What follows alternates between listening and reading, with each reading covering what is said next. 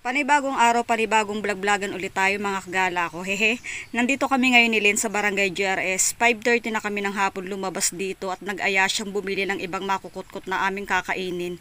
Kaya naman dito ko na agad siya inaya sa may palengke ng Barangay GRS para ipakilala sa kanya ang pangunahin naming Jollibee Chicken Joy dito. Ayun mga kagala, may binibilhan talaga kami dito kapag gusto namin ng fried chicken, yung tinatawag naming bucket, sa halagang 150 at sa halagang 50 pesos ng chicken skin ay mabubusog ka na talaga at libre na rin sa pagluluto kung ikaw ay tinatamad. Ayun nga, halos walang stock at laging ubos. May ino-offer nga din sila ditong with rice kung halimbawa man hindi ka makakauwi ng bahay, ayan, pwede kang bumili dito.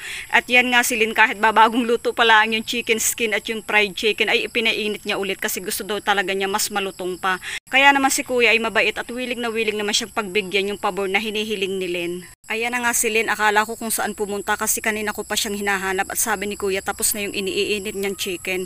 Pero galing pala siya doon sa kabila at talaga naman naghahanap pa ng ibang makukutkot. Sabi ko okay na yan kasi may dadaanan pa din naman kaming ibang pagkain na in-order niya doon sa kabilang highway. At pauwi na rin kami. Maraming salamat sa iyo kuya. Dumiretso na din kami dito sa may highway kasi dito kami nagpaluto ng lomi.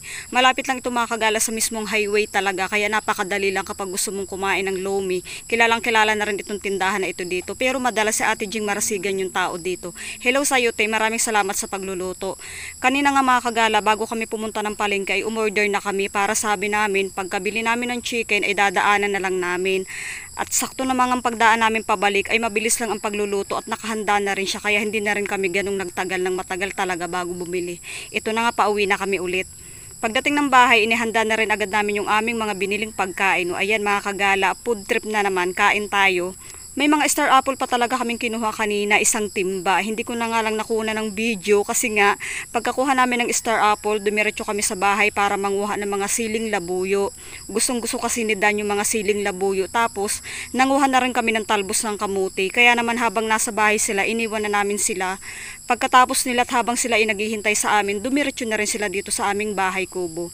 Napakasaya mga kagala na sila inatuloy pumunta dito sa bahay. Kasi buwan na rin nilang pinaplano na pumunta dito sa bahay, laging hindi natutuloy pero sa pagkakataong ito, bigla namang natuloy at kasama pa si Dan yung kanyang mister. O ayan, kain tayo mga kagala. Natutuwa nga kami at habang kumakain kami, talaga nagustuhan ni Dan yung tubig namin dito kahit hindi mineral. Di ba sa tubig nyo ah? Nakainom na ba siya? Ano yan? Deep well lang yan. Sa amin Ang lalim naman kasi ng hukay niyan. Ng ano Ayaw niyan. na uminom doon sa ano. Saan? Gusto pa mineral. Sa inyo? Kami nga pinapakulan lang namin eh. Kay Nanay Siming, maganda yung tubig ni Nanay Siming, nagustuhan mo. Kasi dito ano pa. Gusto mo din. Kahit malakas Ang tubig sa inyo, nainuman ba yun? Natutuwa naman nga kami mga kagala kasi ilan na rin yung pumupunta dito. Sinasabi namin hindi talaga kami bumibili ng tubig at natural lang, deep well talaga. Pero sinasabi nila na masarap daw yung tubig namin kaya nakaka-proud naman. Siyempre nagpapasalamat din kami sa Panginoon at nagpapasalamat din kami sa Family Rayonda na sila ang naging daan upang magkaroon kami ng maayos na tubig dito.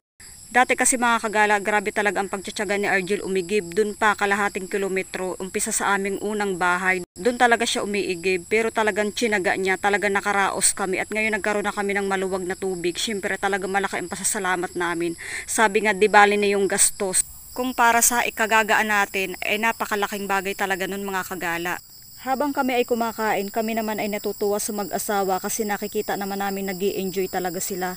Sabi nga nila sana daw madalas silang may pahinga para makagala din sa mga ganitong lugar. Yung tipong namimiss daw talaga nila ang tahimik ng bukid. Sabi naman namin kunting tiis na lang kasi darating ang panahon dito na rin sila mag-i-stay kapag hindi na sila busy sa kanilang mga trabaho. Kasi ang pag-i-stay sa bukid, timingan lang naman yan mga kagala, depende kung kailan mo gugustuhin.